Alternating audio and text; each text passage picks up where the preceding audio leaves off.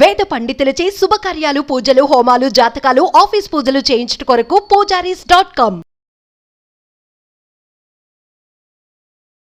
నమస్తే, welcome to Suman TV. నేను మీ యామ్ని. ప్రస్తుతం మనతో ఉన్నారు ప్రముఖ ఆధ్యాత్మికవేత్త, ప్రముఖ జ్యోతిష వాస్తు పండితులు డాక్టర్ గుండెపూడి శివసుధీర్ శర్మ గారు ఉన్నారు. గురుగారితో మాట్లాడి మనకున్న సందేహాల గురించి అడిగి తెలుసుకుందాం. నమస్కారం గురుగారు. శ్రీమాత్రే నమః. శ్రీ గురుభ్యో నమః. గురుగారు, మనకి నెలలో శని త్రయోదశి రెండు రోజులు రాబోతుందండి. అసలు ఎందుకు వస్తుంది? ఆ రోజు ఏం చేస్తే మంచిది? నియమాలు అంటూ ఏంటండి?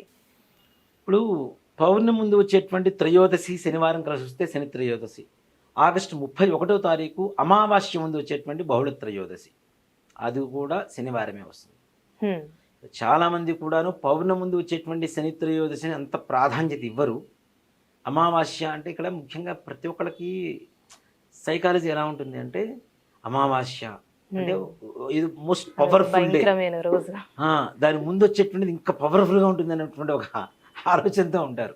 నిజంగానే శనీశ్వరుడు నల్లగా ఉంటాడు. కృష్ణపక్షంలో వచ్చేటువంటి శని త్రయోదశి శక్తివంతమైనదే. బహుళంలో వచ్చిన శుక్లపక్షంలో వచ్చిన శని త్రయోదశి శనివారం త్రయోదశి శనీశ్వరుడు జన్మతిథి. ఆ రెండు కలిసి వచ్చిన ఏ రోజైనా ఆయన జన్మోత్సవంతోనే సమానం.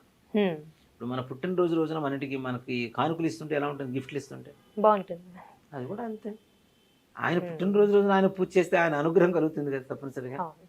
శనీశ్వరుడు ఈ నెల అనేది 2 సార్లు శ్రావణ మాసం అనేది చాలా మంచిది, ఇంకా విశేషమైనటువంటిది, పవిత్రమైనటువంటి మాసం. కాబట్టి ఈ శ్రావణ మాసంలో ఆగస్టు 17వ తారీఖు శనివారం వచ్చేటువంటి త్రయోదశి కానీ, 31వ తారీఖు వచ్చేటువంటి శనివారం శని త్రయోదశి కానీ రెండూ శక్తివంతమైనవి.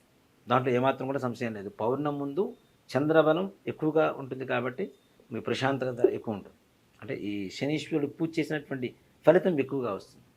అలాగే మరి అమావాస్య ముందు రాదా అంటే, ఆయన ఉండేది నలుపు, అందున ఈసారి శని త్రయోదశి రోజున శని అధిపతి అయినటువంటి పుష్యమి నక్షత్రం కూడా కలిసి వస్తుంది. ఆగస్టు 31వ తారీఖు శని 3 నక్షత్రాలకి అధిపతిగా ఉంటాడు.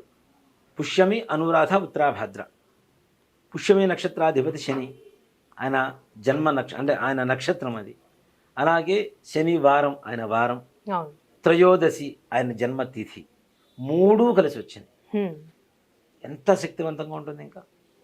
కాబట్టి శని త్రయోదశి వచ్చిన ఏ రోజైనా సరే, ఎవరైనా సరే, కొన్ని రాసుల వాళ్ళు ముఖ్యంగా కొంతమంది జాతకంలో శని దోషం కూడా ఉంటుంది. శని మహర్దశ, ప్రతి మహర్దశలో అంతర్దశలో శని వస్తాడు. అలా అంతర్దశ విభాగంలో ఉన్నటువంటి శని అంతర్దశ.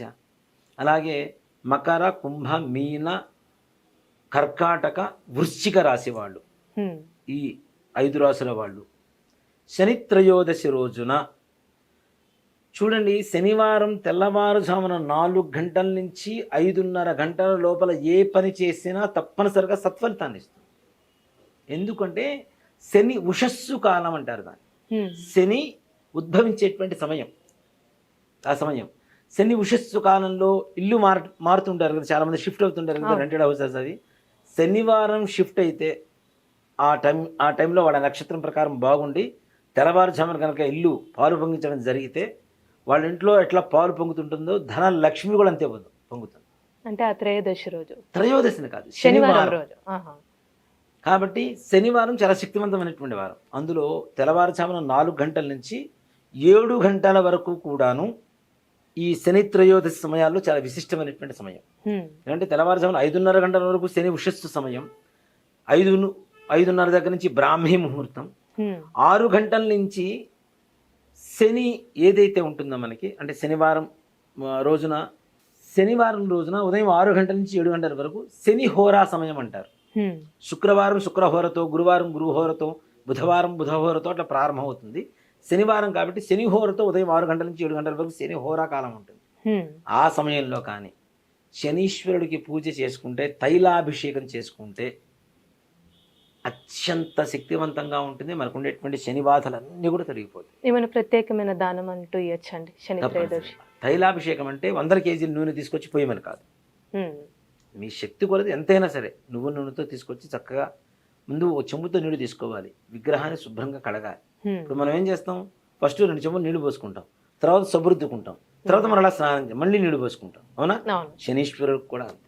ముందుగా నూనె తైలమే పోయడమే ఆయనకి జరుగుతుంది. పెట్టేటువంటి సోపు. అవును. ఓ మాట చెప్పానంటే ముందు నీళ్ళు శుద్ధోదకం పోసి చక్కగా తైలం వేసి మరలా శుద్ధోదకం పోసి ఒక నల్లటి వస్త్రాన్ని చక్కగా అట్లా స్వామివారికి వస్త్ర సమర్పణ చేసుకొని అప్పుడు దీపారాధన పెట్టుకొని ధూపం, దీపం, నైవేద్యం కూడా ఎలా ఉండాలి, దీపం ఎలా ఉండాలి అంటే దీపం కూడా ఇనుప ప్రమిదలు అమ్ముతుంటారు మనకి బయట షాప్స్లో. ఇనుప ప్రమిద తెచ్చుకోండి. తెలుపు, నలుపు, ఎరుపు కాటన్ ఈ థ్రెడ్స్ దారాలు అమ్ముతారు కదా, దారం తెచ్చుకొని దాన్ని పోగులుగా పోసి దాన్ని ఒత్తిగా తయారు చేసుకోండి. అంటే పత్తితో ఉంటుంది కదండి, అది పత్తి కాకుండా ఇలా చేయండి. ఈ విధంగా ఈ చేయాలి. విధంగా చేసి దాంట్లో నువ్వుల నూనె పోసి దీపారాధన వెలిగించి నైవేద్యం కూడా బెల్లం, నల్ల నువ్వులు మెత్తగా ఇంట్లో దంచుకొని తీసుకొని వస్తే చిన్న చిన్న రోల్స్ 19 రోల్స్ అవి తీసుకొని వస్తే చక్కగా స్వామివారి ముందు నివేదన పెట్టండి, నైవేద్యం పెట్టండి. నవగ్రహాలకు ప్రదక్షిణం చేసుకోండి. నవగ్రహాలు ప్రదక్షిణం చేసిన తర్వాత కాళ్ళు కడుక్కున్నారా, చేసిన పూజ పుణ్యం మొత్తం ఆ కడుక్కోవడంతోనే పోదు. అంటే కడగడంటారండి? కడగకూడదు. నవగ్రహాలకు ప్రదక్షిణం చేసే ముందు మాత్రమే కాళ్ళు కడుక్కోవాలి. ప్రదక్షిణ చేసిన తర్వాత కాళ్ళు కడుక్కోకూడదు. అంటే అదే విధంగా గుళ్ళకు కూడా వెళ్ళొచ్చు చక్కగా. అంటే కొంతమంది అక్కడ అంటారు ఉన్నటువంటి కదండి. ప్రధాన ఆలయం ఉంటుంది కదా అవును. నవగ్రహాలతో పాటు, ఆ ప్రధాన ఆలయానికి ప్రదక్షిణ చేసుకొని దర్శనం చేసుకొని తీర్థం ప్రసాదం తీసుకుని వెళ్ళిపోవాలి. అంతేగాని శనీశ్వరుడికి ప్రదక్షిణ చేస్తే పాపం వస్తుంది. ఎందుకు పాపం వస్తుంది? అక్కడ ఉండే నువ్వులు అంటుకుంటాయి. ఇది ఒక బాధ చాలా మందికి, ఎవరిదో శని మేము ఇంటికి తీసుకెళ్తున్నామని. నవగ్రహాల దగ్గర ప్రదక్షిణం చేసి అక్కడ ప్రధాన ఆలయానికి చేసే లోపల నీ కాటికున్న నువ్వులు ఎంతసేపు ఉంటాయి? అక్కడే రాలిపోతాయి కదా, అవును? ఎంతసేపటికి ఫిజికల్గా పట్టుకున్న నువ్వుల గురించి ఆలోచిస్తున్నావు కానీ మానసికంగా ఉన్నటువంటి లోపల ఉన్నటువంటి శని గురించి ఆలోచించట్లేదు. ముఖ్యంగా ఈ చక్కగా అట్లా ప్రదక్షిణ చేసుకుని వెళ్ళిపోవడం. లేదు దానం ఇవ్వగలుగుతాం, నల్ల నువ్వులు, అలాగే పత్తి, ఉప్పు, దానం ఇవ్వాల్సింది. తర్వాత ఇనప శీల, ఇనప మేకులు ఉంటాయి కదా, ఆ మేకులు కూడా ఏది పడితే అది తీసుకొచ్చి పెట్టడం కాదు, ఒక రోజు ముందు మన ఇంటికి తీసుకొచ్చి మన ఇంట్లో గోడలో కుట్టించడం కానీ నుంచి మరుసటి రోజు పీక్కొని వచ్చి ఆ తర్వాత దాన్ని దీంట్లో పెట్టేసి దానం ఇవ్వాలి. అంటే మనం ఉపయోగించి ఫస్ట్ తర్వాతకి వాళ్ళకి ఇవ్వాలి. మన ఇంట్లో ఉండే శనే కదా మనం తీసుకొచ్చి ఆమెకి ఇస్తున్నాం, అట్లా అంటారు. అంతే కదా. కొట్లో కొనుక్కొచ్చిన శని అయితే కాదుగా. కొట్లో కొనుక్కొచ్చి మన ఇంటికి వచ్చిన తర్వాత మన ఇంట్లో ఉండేటువంటి చెడు అంతా కూడా దానికి వెళ్ళిపోతుంది. దాన్ని మనం దానం చేస్తున్నాం. ఇంట్లో ఉండేటువంటి నెగిటివ్ ఎనర్జీ మొత్తం దాంట్లోకి వెళ్ళిపోతుంది, దాన్ని తీసుకొని వెళ్ళిపోతున్నాం మనం. అందుకని ఇనపశీల, పత్తి, ఉప్పు, నల్ల నువ్వులు, బియ్యం, ఇవి శనిదానం తీసుకునేటువంటి బ్రాహ్మణులు ఉంటారు కొంతమంది ప్రత్యేకంగా. చక్కగా దానం ఇచ్చేసి కాళ్ళు కడుక్కో, దానం ఇస్తే కాళ్ళు కడుక్కోవాలి, ఇవ్వకపోతే మాత్రం వద్దు. దానం ఇచ్చేసి కాళ్ళు కడుక్కొని ఇంటికి రావడం అనేది విశేషమైనటువంటి ప్రక్రియ. శనీశ్వర మూలమంత్ర జపం, తర్వాత తిలహవనం అంటే నువ్వులతో శనీశ్వర హవనం చేసి శనీశ్వరుడికి తైలాభిషేకం చేసి గోత్రనామాలతో చేద్దామనేటువంటి ఒక సంకల్పం అయితే జరుగుతుంది. అప్పుడు శనీశ్వరుడు అంటే చాలా ఇష్టమైనటువంటి గ్రహం శనీశ్వరుడు అంటే. కాబట్టి ఆయనకి మూలమంత్ర జపం, హోమం, తర్వాత తైలాభిషేకం చేద్దామనేటువంటి సంకల్పంతో ముందుకు వెళ్తున్నాం.